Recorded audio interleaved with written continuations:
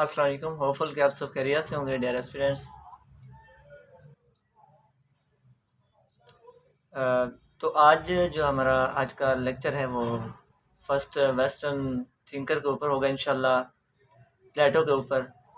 और as you know कि yesterday जो हमने स्टडी किया था वो इसके हमने बेसिक जो पेपर थे दोनों उनके सिलेबस क्वेश्चन को हमने देखा था कि क्वेश्चन नंबर 1 कहाँ से आता है, क्वेश्चन 2 कहाँ से आता है, क्वेश्चन 3 कहाँ से आता है, पेपर 1 का और पेपर 2 का, ये देखे थे हमने।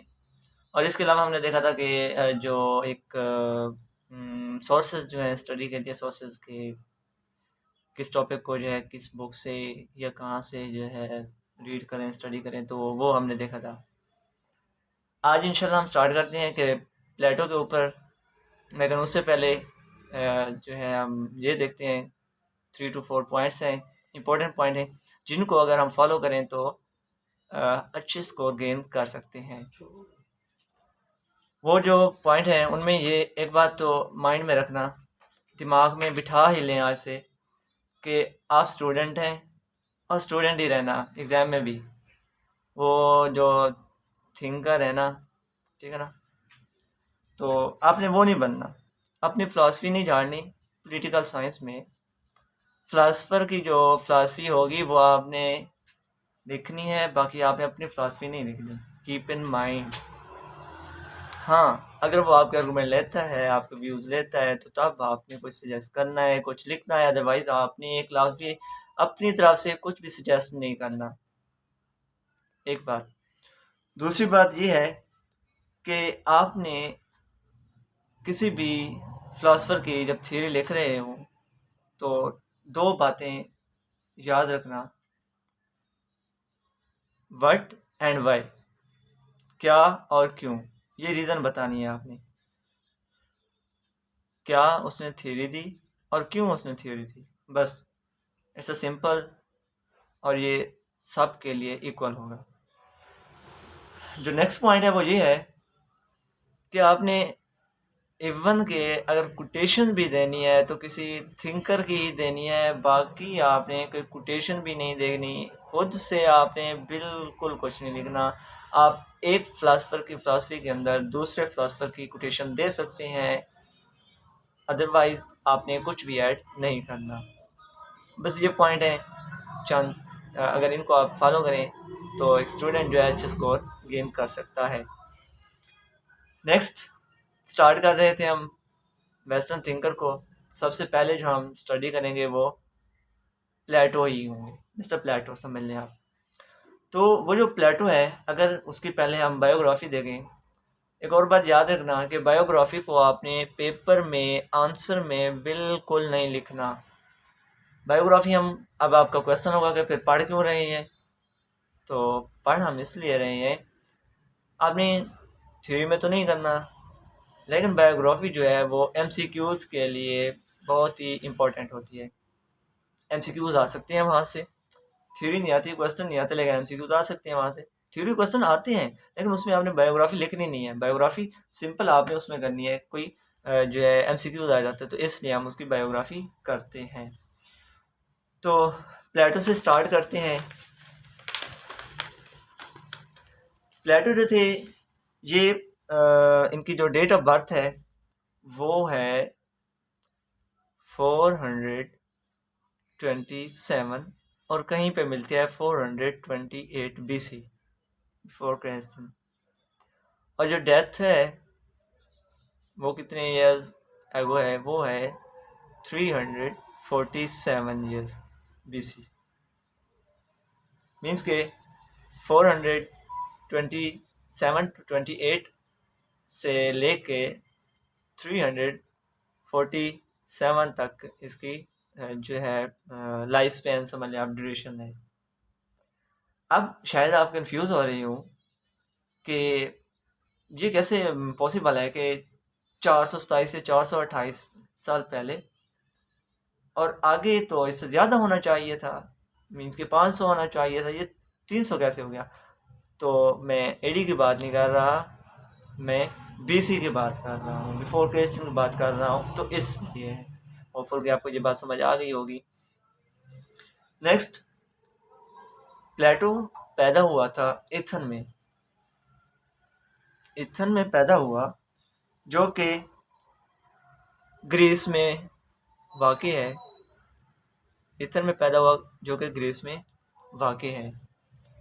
और इस टाइम ग्रीस जो था, ये एक एथन जो था एक सिटी स्टेट थी। मेन सिटी स्टेट क्या होती है? सिटी स्टेट सिर्फ एक ही जो सिटी के ऊपर कंसिस्ट हो स्टेट, ठीक है ना। तो इस तरह एथन जो था वो भी, एथन जो थे वो भी एक सिटी स्टेट थी।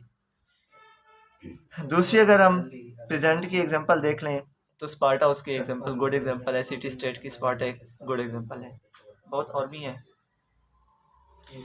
तो इसमें जो था क्या था, एथन के अंदर प्लेटो के टाइम डायरेक्ट डेमोक्रेसी का रूल था। डायरेक्ट डेमोक्रेसी थी इसमें। डायरेक्ट डेमोक्रेसी क्या थी? इसका मतलब ये है कि उस दौरान कोई भी पॉलिटिशियंस नहीं होते थे, कोई नुमाइंदे नहीं होते थे, कोई इस तरह समझ लें कि स्टेट के जो है पार्टिसिपेंट्स, आप समझ लें पीएम, सीएम, प्रेसिडेंट, ये जुडिशरी, पार्लियामेंट, ये कुछ भी नहीं होता था। तो क्या होता, ये लोग अगर कोई जो है डिसीजन लेना भी होता, क्या करते, ये एक इलाके के स्टेट तो नहीं थी, मतलब इलाके के लोग जमा हो जाते, उनमें से कोई एक को जो है अपना, आप कह देंगे जज बना लेते, बड़ा बना देते, और सारी जिम्मेदारी उसी को सौंप देते थे, और फिर जो वो फैसला करता उसको सब एक्सेप्ट करते थे। ये थी डायरेक्ट डेमोक्रेसी, इसको कहते हैं। तो जनाब, जब प्लेटो का टाइम था तो तब ग्रीस के अंदर, एथन के अंदर डायरेक्ट डेमोक्रेसी ही थी। लेकिन इससे जो था, इसने जो अपनी थ्योरी दी, तो प्लेटो ने अपनी जो अर्ली एजुकेशन थी वो होम से ही हासिल की, होम सिटी से। और उसके बाद he became a student of सुकरात के जो थे वो स्टूडेंट बन गए थे प्लेटो। और वो तब तक ही उसके पास रहे, उसके स्टूडेंट रहे, टिल हिज एग्जीक्यूटेड, जब तक उसको फांसी नहीं दी गई थी। फांसी, वो फांसी नहीं मीन्स के जहर का प्याला जो उसे दिया गया था, एग्जीक्यूशन तक वो उसका जो है शागिर्द रहा, उसके साथ रहा प्लेटो। एग्जीक्यूशन के बाद प्लेटो ने जो था डिफरेंट्स मुख्तलिफ इलाकों के विज़िट किए, टूर किए।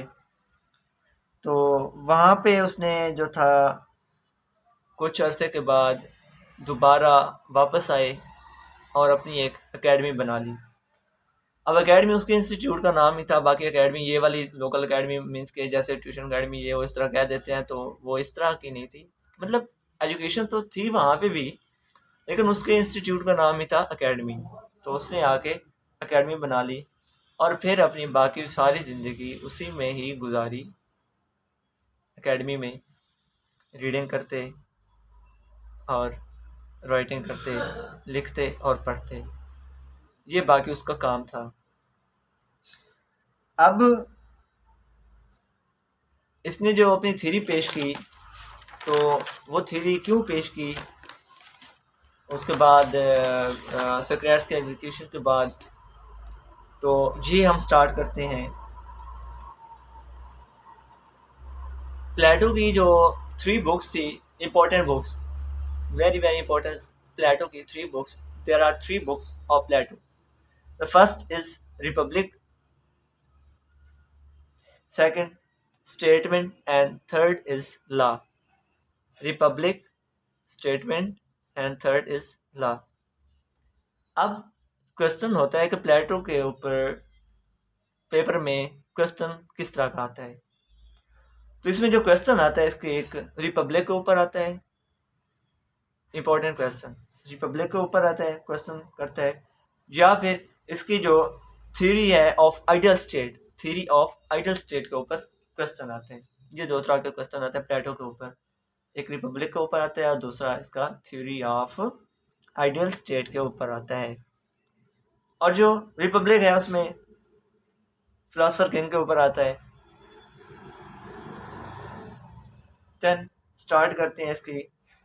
Let's start from ideal state of Plato. Plato की आइडियल स्टेट क्या थी, इसने थ्योरी की पेश की, तो ये हम देखते हैं। असल में इसकी थ्योरी पेश करने के जो फैक्टर थे, देयर वर 2 फैक्टर्स ओनली। एक तो क्लियर है जी कि उसके टीचर को, सोक्रेटिस को क्या किया गया था, एग्जीक्यूट किया गया था, जहर का प्याला दे दिया गया था। एक रीज़न ये थी, इस रीज़न की वजह से उसने जो है अपनी आइडियल स्टेट की थ्योरी दी, क्योंकि प्लेटो जो था वो ये समझता था और उसके अपने टीचर की, सॉरी एस्पिरेंट्स, बस असल में कुछ सीज़न इस तरह का चल रहा है, तो मौसम इस तरह का है।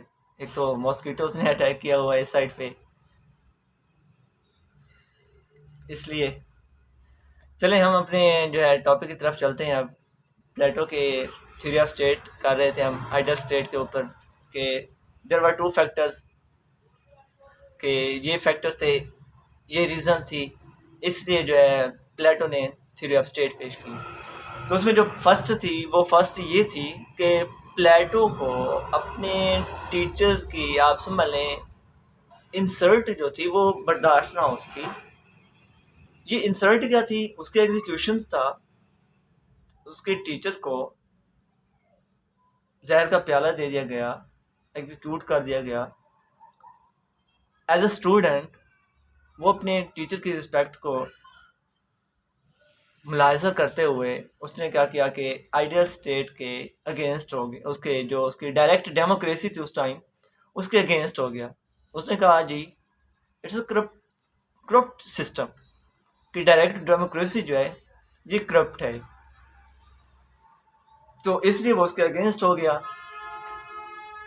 और जो उसका टीचर था, सोक्रेटिस था, वो भी इसी बात के अगेंस्ट था कि जो डायरेक्ट डेमोक्रेसी है इसके अंदर जो आप समझ लें राइट हैं, उन राइट्स को बायसनेस किया जा रहा था, राइट्स नहीं मिलते थे, क्योंकि एक प्रॉपर सिस्टम नहीं था, गवर्नमेंट नहीं थी, कोई स्टेट नहीं थी, जुडिशरी नहीं थी, पार्लियामेंट नहीं थे, लॉ नहीं थे। तो इसने उसने कहा कि ये भी जो है डायरेक्ट डेमोक्रेसी जो है it's a corruption system, against हो गया। तो इस रीज़न की बिना पे उसको एग्जीक्यूट कर दिया गया। अब दूसरे लफ्ज़ों में अगर मैं आपको कहूँ कि अगर सोक्रेटिस को एग्जीक्यूट ना किया जाता तो प्लेटो अभी अपनी कभी भी state of theory of ideal state पेश ना करता। ओके, अगर उसके टीचर को, सोक्रेटिस को एग्जीक्यूट ना किया जाता तो वो थ्योरी ऑफ आइडियल स्टेट पेश ना करता। एक रीज़न, एक फैक्टर ये था। जो दूसरा फैक्टर है वो ये था कि इस टाइम जो एथन थे, इनको क्या हुई थी, उस टाइम एक वार हो रही थी स्पार्टा के साथ वार हो रही थी, तो इनको डिफीट हुई। Ethan defeats in a war from Sparta,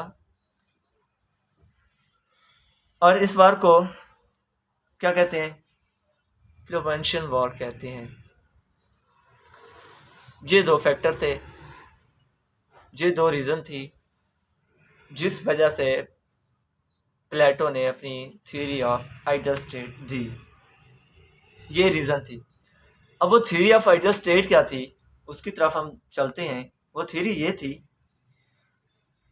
उसकी थ्योरी के 4 पॉइंट्स थे। There are 4 points in his theory, Plato theory. 4 points थे। वो कौन से थे?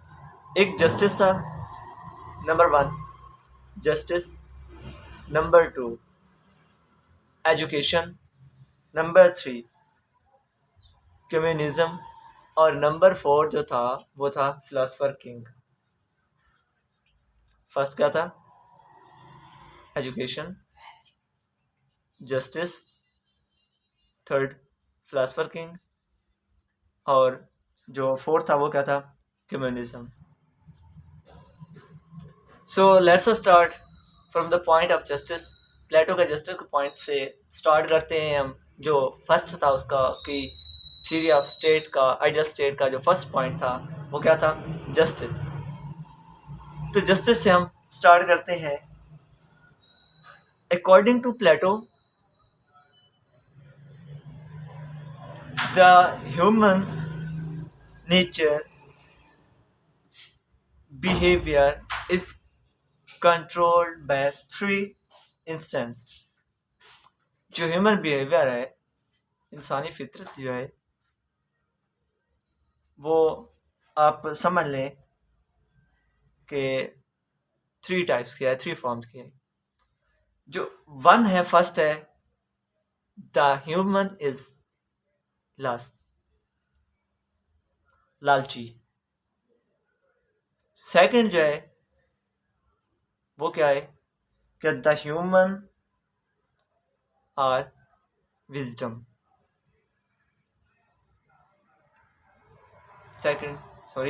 It's the third. सेकंड जो है वो है द ह्यूमन ब्रेवरी, ये दूसरी है। जो फर्स्ट है लस्टी है, सेकंड क्या है इसका? ब्रेवरी है, और जो थर्ड है वो क्या है कि विजडम है। जस्टिस को हम स्टडी कर रहे हैं और इसमें 3 पॉइंट्स हैं। फर्स्ट क्या है इसमें? ह्यूमन नेचर जो है, ह्यूमन बिहेवियर जो है वो लस्टी है, लालची है। सेकंड ब्रेवरी है, करेज है, बहादुरी है। और थर्ड जो है वो क्या है? वो है उसका जो विजडम है, रीजनिंग हो गई। ये 3 है। अब प्लेटो कहता है कि इन 3 में से एक जो होती है वो बाकी 2 के ऊपर डोमिनेंट होती है। मीन्स कि एक इंसान है, उसके अंदर ये तीनों तरह की क्वालिटीज़ तो नहीं हो सकती कि वो लस्टी भी हो, वो जो है ब्रेव भी हो, वो विजडम भी हो। ये तीनों नहीं हो सकती। उसने क्या कहा कि उनमें से कोई एक जो होती है वो क्या होती है? डोमिनेंट होती है, बाकी 2 के ऊपर बाकी 2 रिसेसिव होती है। अब उसके आइडिया के मुताबिक प्लेटो के जो जिस नेचर के, जिस बिहेवियर के दुनिया के अंदर सबसे ज़्यादा लोग पाए जाते हैं, उसने कहा कि वो लस्टी होते हैं। मीन्स के सबसे ज़्यादा लोग लालची होते हैं। सेकंड नंबर पे जो आता है, उसने कहा कि कुछ लोग जो होते हैं जो लालची नहीं होते, लस्टी नहीं होते, वो होते हैं ब्रेव, करेज, बहादुर लोग होते हैं। 2 हो गए। तीसरा उसने कहा, ये दूसरी कैटेगरी में आते हैं, सबसे ज़्यादा नंबर। फॉर एग्जांपल अगर टोटल पॉपुलेशन है 100 की, तो प्लेटो कहता है 100 में से 80 पीपल, 70, मोर देन 70 लोग जो होंगे वो लस्टी होंगे। फिर वो कहता है कि जो दूसरे ग्रुप में आते हैं जो लस्ट के अलावा हैं, आप समझ लें कि 10, 15 या 20, 100 में से वो होते हैं ब्रेव। और फिर कहता है कि जो थर्ड कैटेगरी के होते हैं लोग, वो बहुत ही कम होते हैं, बहुत ही कम, विजडम वाले बहुत ही कम होते हैं। ये 3 उसने कैटेगरीज बनाई। अब आप सोच रहे होंगे कि इनमें जस्टिस कहाँ है? जस्टिस तो नहीं आया। तो अब हम जस्टिस की तरफ चलते हैं।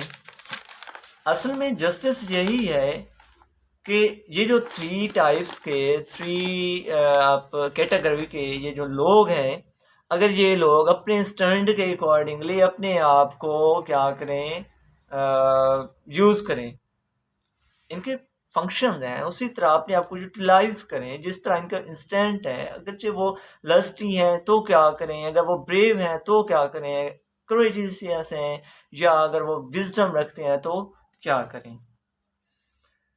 अब प्लेटो कहता है the people who are lusty which are more in number rather than others true category। So जो लस्टी हैं इन लोगों को जाना चाहिए आर्टिज्म में। आर्टिज्म की तरफ चले जाएं ये दो लोग, ये लोग जो लस्टी हैं आर्टिज्म की तरफ चले जाएं। और सेकंड नंबर पे जो लोग करेज रखते हैं, ब्रेव हैं, उनको आर्मी की तरफ जाना चाहिए, आर्मी में चले जाएं वो लोग। और जो थर्ड कैटेगरी के लोग होते हैं जो बहुत ही कम होते हैं, विजडम रखने वाले लोग होते हैं, वो क्या बनते हैं, वो हेड ऑफ स्टेट बन जाते हैं, प्रेसिडेंट आपके, सीएम, पीएम, तो लीडर आप समझ लें, वो लीडर बन जाते हैं, पॉलिटिशियन में चले जाते हैं। ये विजडम वाले लोग होते हैं। अब अगर आप सोच रहे हो तो हमारे पॉलिटिशियन भी अल्हम्दुलिल्लाह वो भी गए सारे विजडम रखते हैं, सब अक्लमंद हैं, बहुत बड़े ज़हीन हैं। हमारे लीडर भी ऐसे ही हैं, पाकिस्तान भी किसी से कम नहीं है। बाकी ठीक है, होपफुल कि आपको ये बात समझ आ गई होगी। क्या कहा उसने कि जो लस्टी हैं उनको आर्टिज्म में जाना चाहिए, जो ब्रेव हैं, करेजेस वाले हैं, उनको आर्मी में जाना चाहिए, और जो थर्ड हैं, विजडम वाले हैं, उनको क्या हो जाना चाहिए, उनको लीडर बन जाना चाहिए, किंग बन जाना चाहिए, फिलासफर की तरफ जाना चाहिए उनको। ये 3 टाइप्स उसने बताई थी। मीन्स के दूसरे वर्ड में अगर कहें कि right man for the right job, जिस तरह के लोग वैसे उनको जॉब दे दी जाए। ये उसके 3 पॉइंट्स थे, ये उसकी जस्टिस थी। तो नेक्स्ट जो हमारा सेकंड लेक्चर होगा कल इंशाल्लाह, वो हम स्टार्ट करेंगे कि हमें कैसे आइडिया होगा, हम कैसे जान सकते हैं कि किस पर्सन के अंदर कौन सी क्वालिटी पाई जाती है, कौन लस्टी है, कौन ब्रेव है, कौन विजडम है। तो इससे हम इंशाल्लाह कल स्टार्ट करेंगे। होपफुल कि आपको इधर तक समझ आ गई होगी। बाकी अगर कोई क्वेश्चन हो तो कमेंट सेक्शन में पूछ सकते हैं आप, एंड इनबॉक्स में भी, व्हाट्सएप पे भी।